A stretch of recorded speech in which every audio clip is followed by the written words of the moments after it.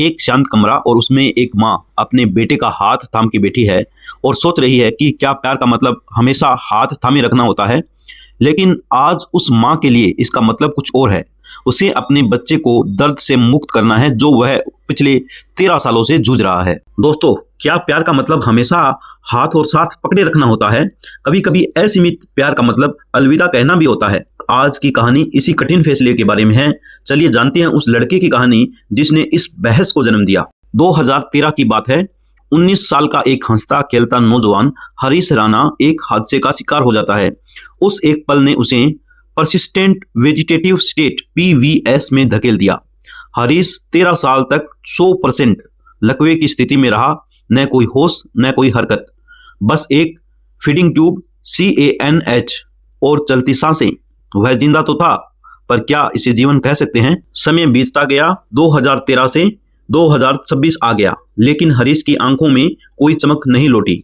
अस्पताल के गलियारे में बैठे माता पिता ने 13 साल इंतजार किया। हर डॉक्टर का एक ही जवाब था, रिकवरी नामुमकिन है। अंत में टूट चुके माता पिता ने सुप्रीम कोर्ट का दरवाजा खटखटाया और कहा, हमारे बेटे को अब शांति से जाने दो। यह एक ऐसी गुहार थी जिसने पूरे देश के कानून को हिलाकर रख दिया। यहीं से शुरू होती है एक बड़ी कानूनी बहस जिसे हम इच्छा मृत्यु कहते हैं।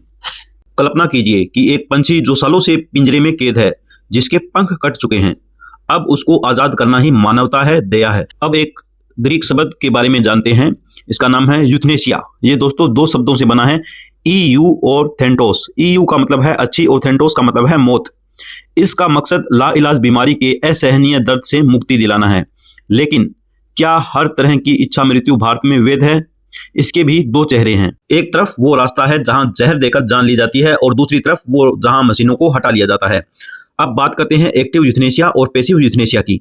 एक्टिव यूथनेसिया में हम जहर देकर या इंजेक्शन लगाकर किसी की जान लेते हैं, जो कि भारत में अपराध की श्रेणी में आता है। BNS सेक्शन 100 और 101 के तहत इसको अपराध की श्रेणी में रखा गया है। लेकिन वहीं बात करें अगर पैसिव यूथनेसिया की, यानी लाइफ सपोर्ट्स हटा लेना, जैसे कि अगर कोई मरीज वेंटिलेटर पे है, ऑक्सीजन पे है, तो धीरे धीरे उनको हटा लेना और उसको प्राकृतिक मौत देना, जो कि भारत में पूरी तरह वैध है। आखिर हमारा संविधान इस बारे में क्या कहता है? क्या हमें मरने का अधिकार है? संविधान की किताब खुलती है और पन्ना रुकता है आर्टिकल 21 पर, राइट टू लाइफ। 2018 के कॉमन कॉज केस में सुप्रीम कोर्ट ने कहा कि जीवन का मतलब सिर्फ सांस लेना नहीं है। जीने के अधिकार में सम्मान के साथ मरने का अधिकार, right to die with dignity, भी शामिल है। क्या सिर्फ मशीनों से लंबे समय तक जीवन की डोर को थामे रखना क्रूरता नहीं है? आखिर कानून इसे किस नजरिए से देखता है? तराजू के एक तरफ मशीनें, सांसें हैं और दूसरी तरफ मानवीय सम्मान। भारतीय कानून बेस्ट इंटरेस्ट डॉक्ट्रिन पर चलता है।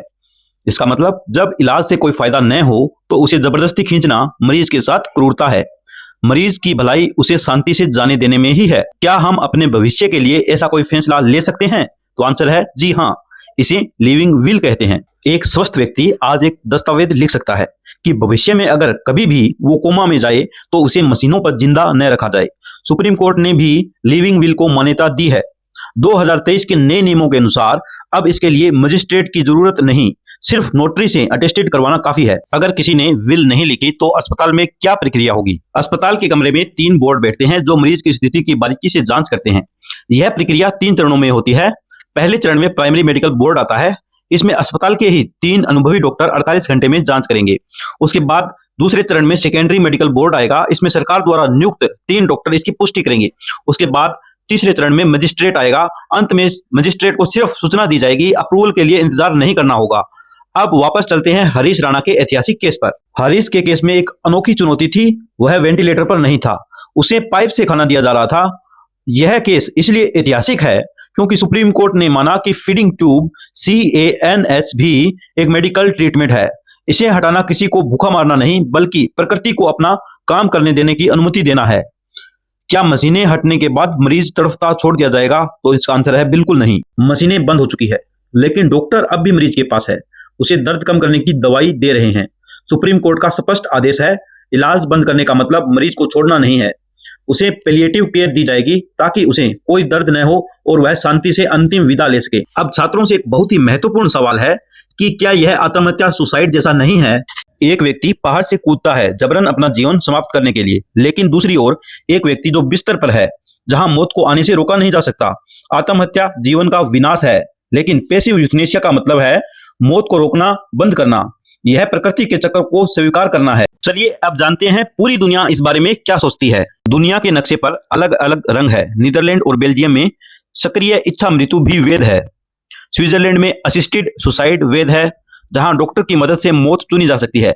लेकिन भारत में सिर्फ पैसिव यूथनेशिया ही वैध है। हम एक सुरक्षित और बीच का रास्ता अपनाते हैं। चलो दोस्तों, अब देखते हैं यह कहानी हमें क्या सिखाती है।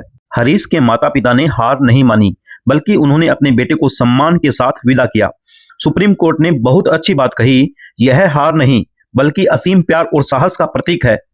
अपने प्रियजनों के दर्द को समझकर उन्हें मुक्त करना सबसे बड़ा प्यार है। चलिए आज के मुख्य बिंदुओं को एक बार फिर से देख लेते हैं। आज हमने सीखा एक्टिव और पैसिव यूथनेशिया का अंतर, आर्टिकल 21 और सम्मान से मरने का अधिकार, लिविंग विल के आसान नियम, हरीश राणा के केस 2026 की ऐतिहासिक जीत। दोस्तों, अगर आपको यह जानकारी महत्वपूर्ण लगी हो तो वीडियो को लाइक करें और चैनल को सब्सक्राइब करना न भूलें। आपकी क्या राय है? क्या सम्मान के साथ मरना हमारा अधिकार होना चाहिए? कमेंट सेक्शन में बताएं। Thank you so much guys, have a great day.